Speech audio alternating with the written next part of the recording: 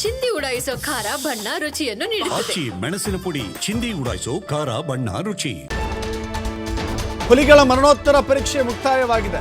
Post mortem complete ಆಗಿದೆ.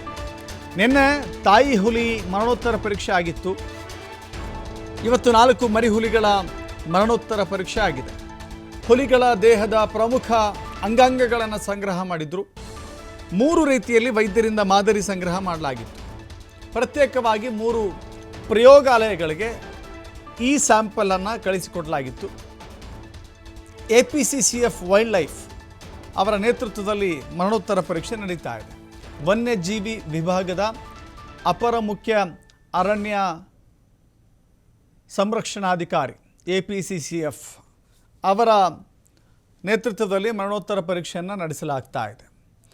ದೇಹದ ಪ್ರಮುಖ ಅಂಗಾಂಗಗಳನ್ನು ಇಲ್ಲಿ ಸಂಗ್ರಹ ಮಾಡಲಾಗಿದೆ. ಮರಣೋತ್ತರ ಪರೀಕ್ಷೆ ನಡೆಸಲಾಗುತ್ತೆ.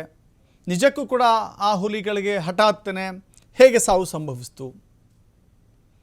5 ಹುಲಿಗಳು ಸಾವನ್ನಪ್ಪಬೇಕು ಅಂತ ಹೇಳಿದ್ರೆ ಅಲ್ಲಿ ನಡೆಯಬಾರದಂಥ ಘಟನೆ ಒಂದು ನಡೆದು ಹೋಗಿದೆ ಅನ್ನೋದು ಗೊತ್ತಲ್ವಾ? ಸೊ ಹೀಗಾಗಿ ಪೋಸ್ಟ್ ಮಾರ್ಟಮ್ ರಿಪೋರ್ಟಲ್ಲಿ ಪ್ರತಿಯೊಂದು ಕೂಡ ಅಂಶ ಬೆಳಕಿಗೆ ಬರುತ್ತೆ.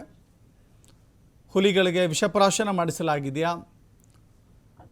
ಹುಲಿಗಳನ್ನು ಬೇರೆ ಮಾರ್ಗದ ಮೂಲಕ ಕೊಲ್ಲಲಾಗಿದೆಯಾ?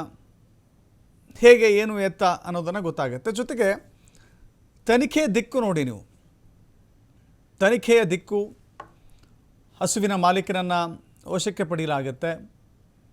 ಆತ ತನ್ನ ನೋವಿನ ಪ್ರತೀಕಾರಕ್ಕಾಗಿ ಇಟ್ಟಿರುವಂಥ ಕಾರಣವೋ ಏನೋ ಗೊತ್ತಿಲ್ಲ. ಅದನ್ನು ಕೂಡ ಪತ್ತೆ ಹಚ್ಚಬೇಕಾಗತ್ತೆ.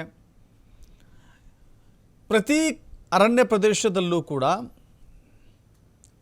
ವಲಯ ಅರಣ್ಯಾಧಿಕಾರಿಗಳಿರ್ತಾರೆ. ಆ ವಲಯ ಅರಣ್ಯಾಧಿಕಾರಿಗಳ ಕೆಳಗೆ ಉಪ ಅರಣ್ಯ ವಲಯಾಧಿಕಾರಿಗಳಿರ್ತಾರೆ. DRF ಅಂತ ಕರೀತಾರೆ. ಫಾರೆಸ್ಟರ್ಸ್ ಅಂತ ಇರ್ತಾರೆ. ಫಾರೆಸ್ಟರ್ಸ್ಗಳ ಕೆಳಗೆ ಫಾರೆಸ್ಟ್ ಗಾರ್ಡ್ಸ್ ಇರ್ತಾರೆ. ಫಾರೆಸ್ಟ್ ಗಾರ್ಡ್ಸ್ಗಳ ಕೆಳಗೆ ಅಲ್ಲಿ ವಾಚರ್ಸ್ ಇರ್ತಾರೆ, ಅರಣ್ಯ ವೀಕ್ಷಕರಿರ್ತಾರೆ. ಇಷ್ಟೆಲ್ಲ ಸಿಬ್ಬಂದಿ ಇದ್ದರೂ ಕೂಡ ಎಲ್ಲಿ ಅಚಾತುರ್ಯ ಸಂಭವಿಸ್ತೋ ಗೊತ್ತಿಲ್ಲ.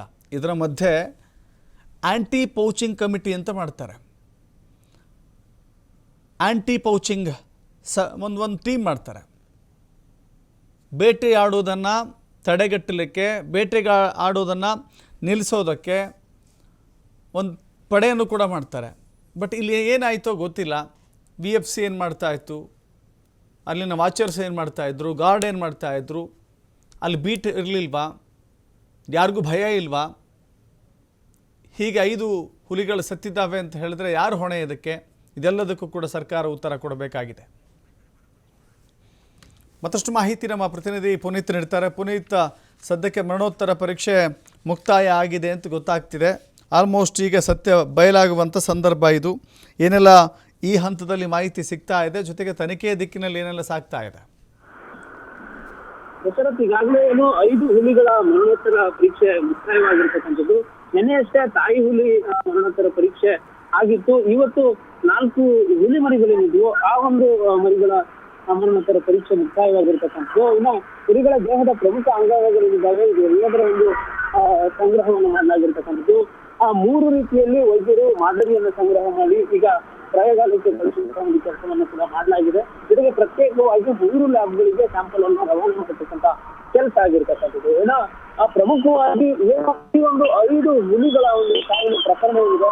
ಪ್ರಕರಣಕ್ಕೆ ಸಂಬಂಧಪಟ್ಟಂತೆ ಈಗಾಗಲೇ ಆ ಒಂದು ಮೃತಪಟ್ಟಿದ್ದಂತಹ ಸ್ಥಳ ಏನಿತ್ತು, ಅಂದ್ರೆ ಹುಲಿಗಳ ಮೃತದೇಹ ಪತ್ತೆ ಆಗಿದ್ದಂತಹ ಸ್ಥಳ ಏನಿತ್ತು, ಆ ಒಂದು ಸುತ್ತಮುತ್ತಲ ಪ್ರದೇಶದಲ್ಲಿ ಪತ್ತೆ ಕಾರ್ಯವನ್ನು ಮಾಡಿದಂತಹ ಸಂದರ್ಭದಲ್ಲಿ, ಪರಿಶೀಲನೆಯನ್ನು ಮಾಡಿದಂತಹ ಸಂದರ್ಭದಲ್ಲಿ ಹಸುವಿನ ಬಾಲ ಸಿಕ್ಕಿರ್ತಕ್ಕಂಥದ್ದು.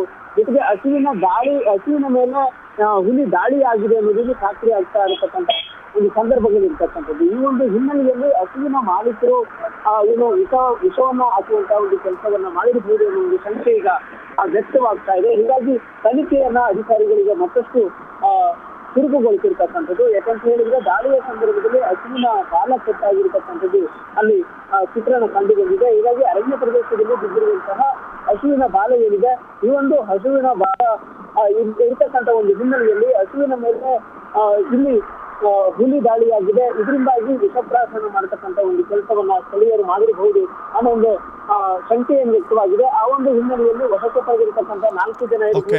ಜೊತೆಗೆ ಆ ಒಂದು ಸಮೀಪ ಇರತಕ್ಕಂತ ಗ್ರಾಮದಲ್ಲಿ ಕೂಡ ಈಗ ಜನರನ್ನು ಓಕೆ, ಥ್ಯಾಂಕ್ ಯು ಪುನೀತ್.